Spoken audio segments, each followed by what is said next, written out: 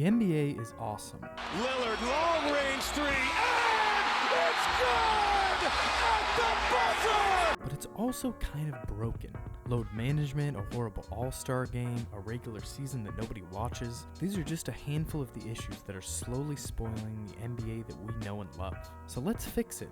Using ideas from wherever we can find them, let's improve the NBA one thing at a time, starting with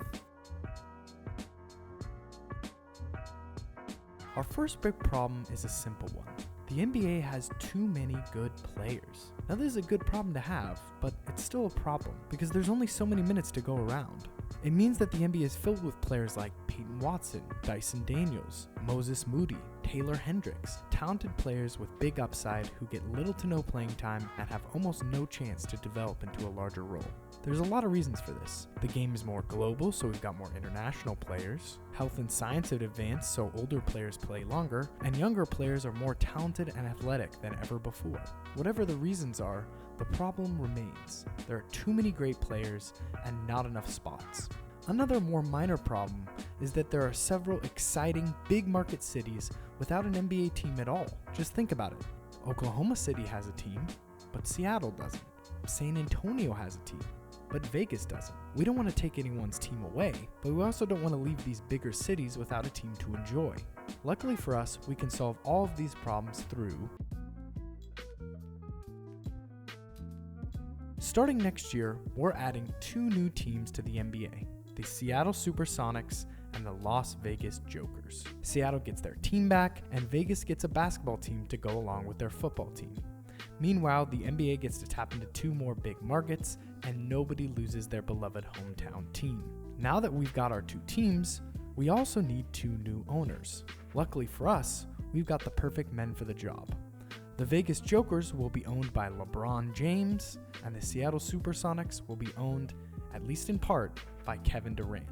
Now, instead of stuffy anonymous billionaires as our owners, we've got NBA legends. LeBron gets to follow in the footsteps of Jordan and maybe even surpass him by actually winning something, and Durant gets to own a piece of the team that he started with. And best of all, 2 of the modern NBA's greatest players, fiercest rivals, and biggest hoopheads can continue to duke it out from behind the scenes, but this time starting from the exact same spot.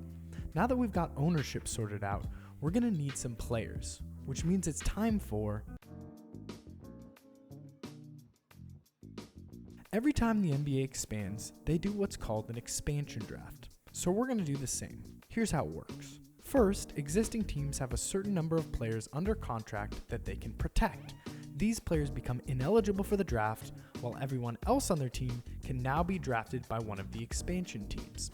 In our draft, each existing team will be able to protect up to 7 players, and for some additional drama, teams will have a week after the conclusion of the NBA Finals to formally announce who is protected and who is not.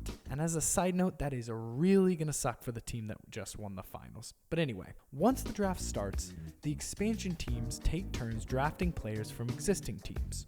When players are drafted, they switch to the new team, but their contracts remain the same. For our draft, our 2 new owners will flip a coin. Whoever calls it correctly will have the option to draft first or second. After that, the draft will proceed in snake draft format. The draft will continue until each team has filled out their roster to their own satisfaction. Now that we've got our new teams, it's on to the regular draft. Our expansion teams could be great eventually, but right now, they're probably pretty bad.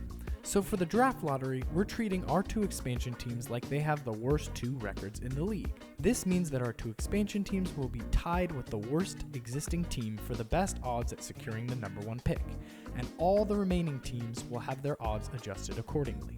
After the draft lottery, everything will proceed mostly as normal. Naturally, the expansion teams will get a bit of extra flexibility when it comes to the salary cap and the salary floor, but other than that, the draft and free agency will be more or less the same as always, which just leaves now that we've added 2 new teams, our NBA has a total of 32 teams. In many ways, this is helpful. 32 is easier to divide than 30, but it also means that we've got to do a little bit of restructuring. For starters, Both the Vegas Jokers and the Seattle Supersonics will be added to the Western Conference because of their locations. So, in order to balance the conferences, we're going to move The Memphis Grizzlies to the Eastern Conference for a total of 16 teams per conference. Next up, we've got to deal with our divisions. Right now, each conference is split into 3 divisions, each of which has 5 teams. These divisions are based on proximity, with teams being grouped together based on location and which other teams are somewhat nearby. These divisions don't really matter too much in terms of standings, but they do determine which opponents a team will play the most. For our league, to keep the divisions equal, we're splitting each conference into 4 divisions of 4 teams each. Once again, these divisions are based primarily on location and proximity. First off, in the Western Conference, we've got the California Division, the Far West Division, the Middle West Division, and the West South Central Division. In the California Division, we've got the Lakers, the Clippers, the Warriors, and the Kings. In the Far West Division, the Blazers, the Sonics, the Jokers, and the Suns. In the Middle West, the Jazz, the Nuggets, the Thunder, and the Timberwolves. And in the West South Central, the Mavericks, the Spurs, the Rockets, and the Pelicans. In the Eastern Conference, we've got the Central Division, the Southeast Division, the Northeast Division, and the Coastal Division.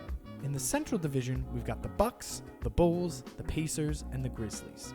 In the Southeast, the Hornets, the Hawks, the Magic, and the Heat.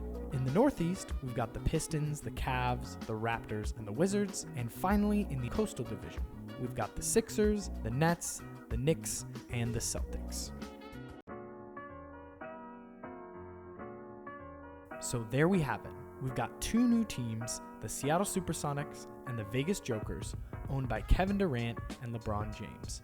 Both teams are fully rostered with expansion draft players stolen from other teams, as well as high lottery picks and anyone else they could snag from trades and free agency. And finally, we've restructured our conferences and our divisions so that everything is divided fairly and evenly. Skilled players have more opportunities to shine, 2 great cities have new NBA teams to root for, and everyone is pumped out of their mind for the new NBA season to begin. Tune in for part 2. Next up,